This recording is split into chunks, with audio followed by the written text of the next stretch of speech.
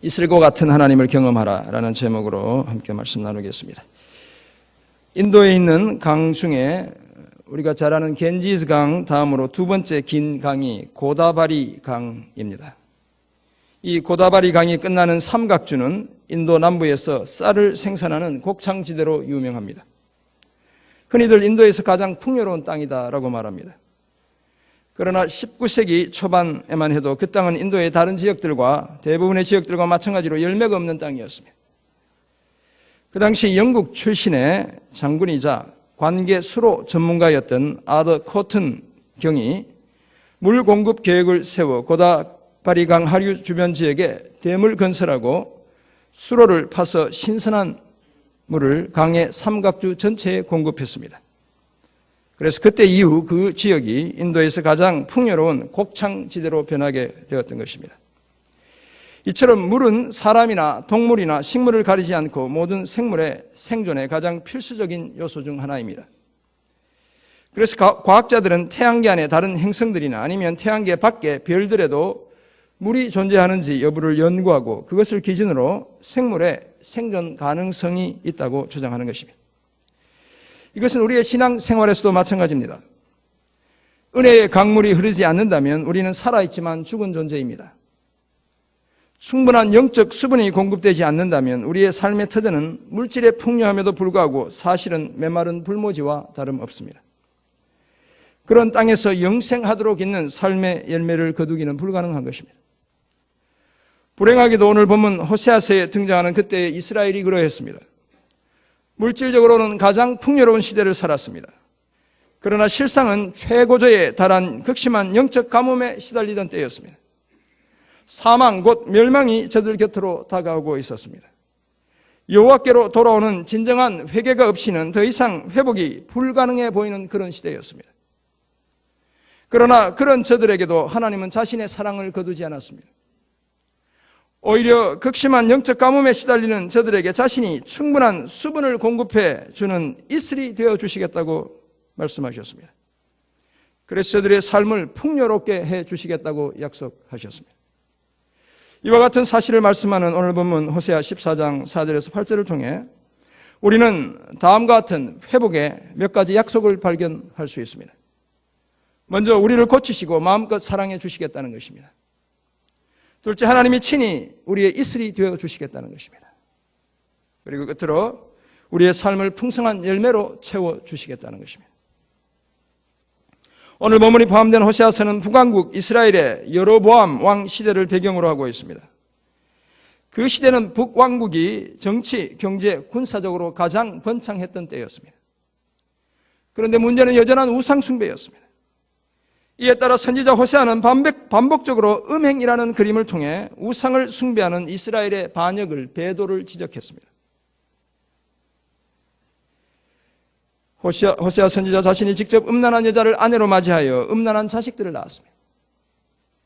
그 첫째 아들은 우상 숭배와 포악함의 대명사로 여겨지는 이세벨이라는 그 이름을 생각나게 하는 이스르엘로 짓고, 딸은 긍휼히 여김을 받지 못한다는 뜻을 가진 로루하마로 그 이름을 짓고, 그리고 또다시 아들을 낳아 내 백성이 아니라는 뜻을 가진 로암미라는 이름을 지어야 할 정도였습니다. 이런 상황에서 선지자는 계속해서 저들이 하나님 품으로 되돌아올 것을 요청했습니다. 그러나 저들 스스로는 악한 생각과 행동으로부터 자신들을 돌이킬 수 없었습니다. 하나님의 구원의 행위가 반드시 필요했습니다. 이런 배경 속에서 오늘 본문은 범죄한 자기 백성을 향한 하나님의 심판이 끝나고 어떤 회복이 약속되어 있는지를 우리에게 보여주고 있습니다.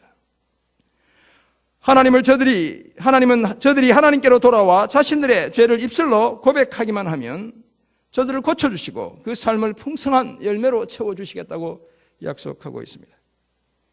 이런 사실을 말씀하는 오늘 본문 속에서 우리가 발견하는 회복에 관한 첫 약속은 우리를 고쳐주시고 마음껏 우리를 사랑해 주시겠다는 것입니다. 오늘 본문 4절, 우리가 함께 교독한 4절은 앞의 내용과 연결해서 이해해야 합니다.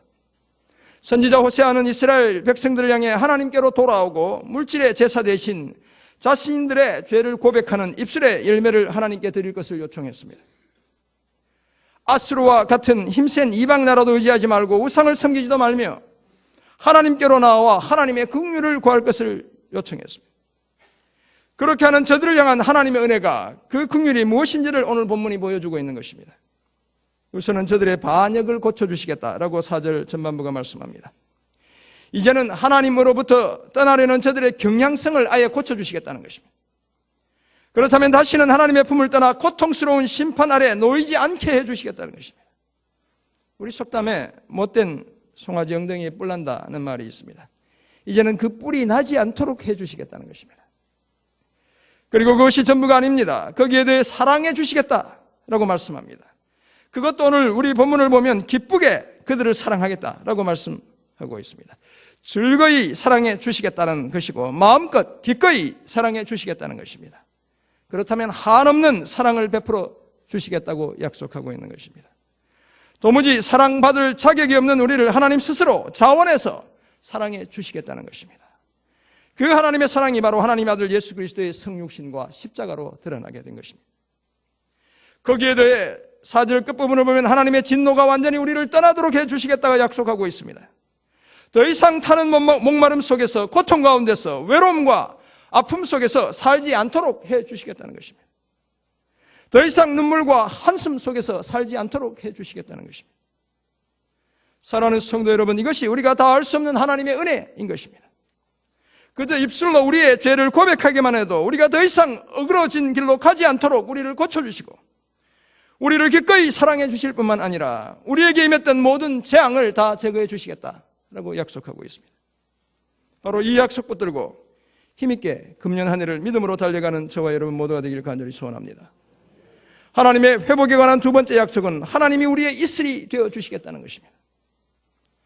건조한 팔레스타인 지방에서 이슬은 식물의 생장을 위해 반드시 필요한 요소 중 하나입니다. 가랑비에 옷 젖는다는 말도 있지만 이슬도 부드럽게 대지를 적시지만 수분 공급을 위해 꼭 필요한 것이었습니다.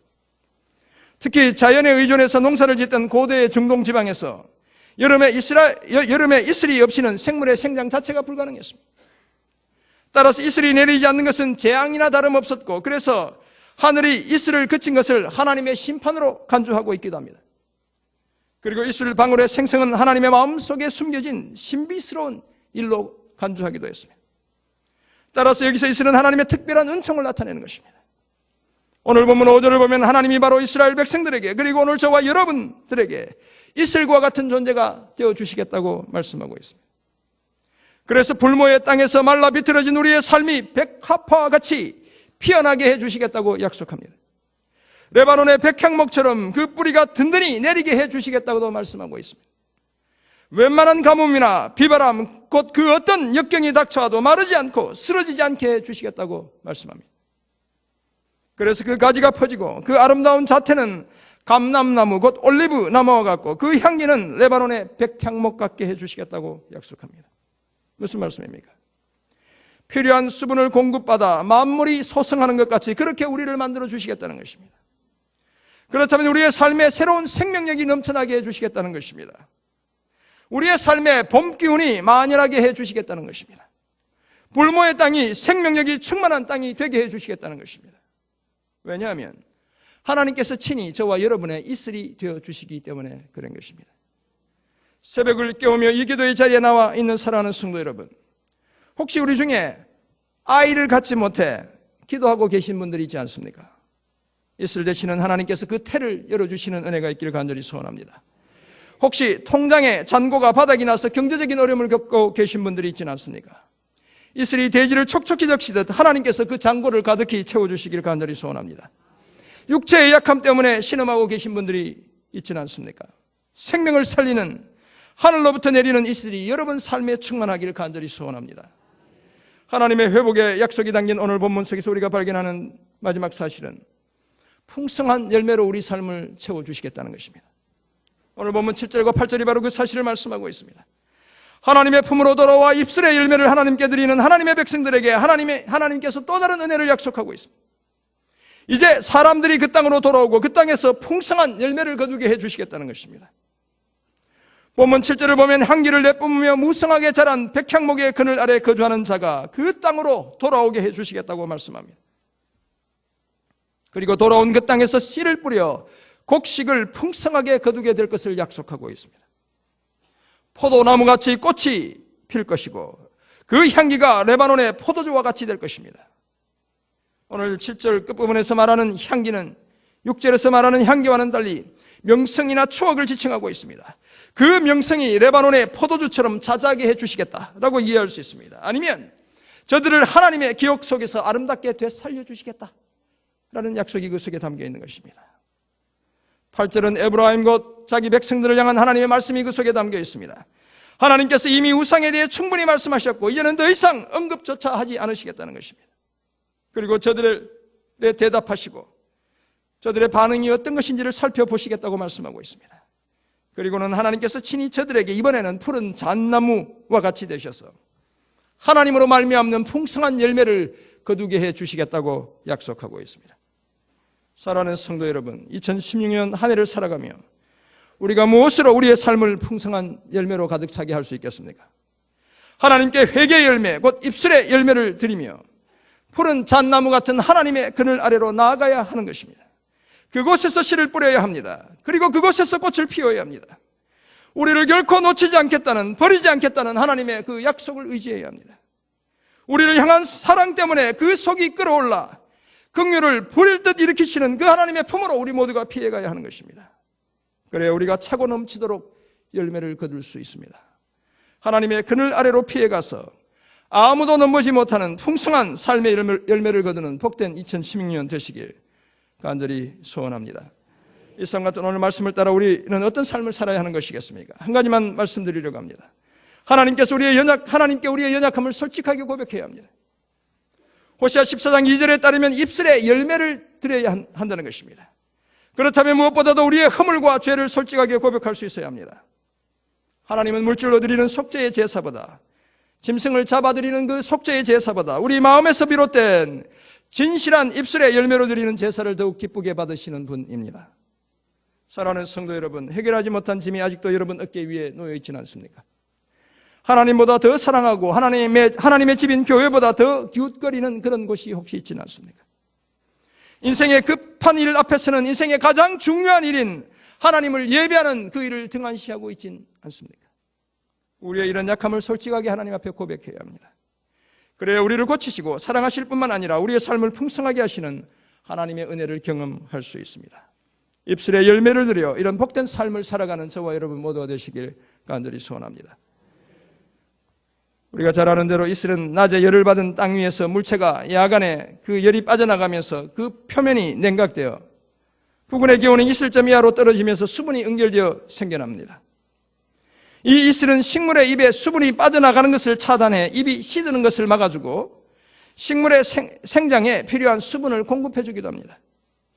뿐만 아니라 어린 식물의 생존과 생장을 연장시켜 수확을 증가시키고 농작물의 염류 농도가 조절되어 작물 생리에도 좋은 영향을 끼친다고 합니다. 고대 팔레스타인에서의 농사는 이슬 없이는 불가능했습니다. 그래서 성경에 무려 46번이나 이슬이라는 단어가 하나님의 축복과 함께 등장하고 있습니다. 그래서 그것은 하나님의 특별한 은총으로 묘사되고 있습니다. 하나님은 오늘 본문을 통해 메마른 인생을 살아가는 저와 여러분에게 친히 이슬이 되어주시겠다라고 약속하고 있습니다. 사랑하는 성도 여러분, 메마른 광야 같은 삶을 살아가는 오늘 우리가 성경을 통해 발견하는 하나님은 과연 어떤 분입니까? 하나님은 우리의 연약함을 고백하기만 해도 우리를 고쳐주시는 분입니다. 한없이 우리를 사랑해 주시는 분입니다.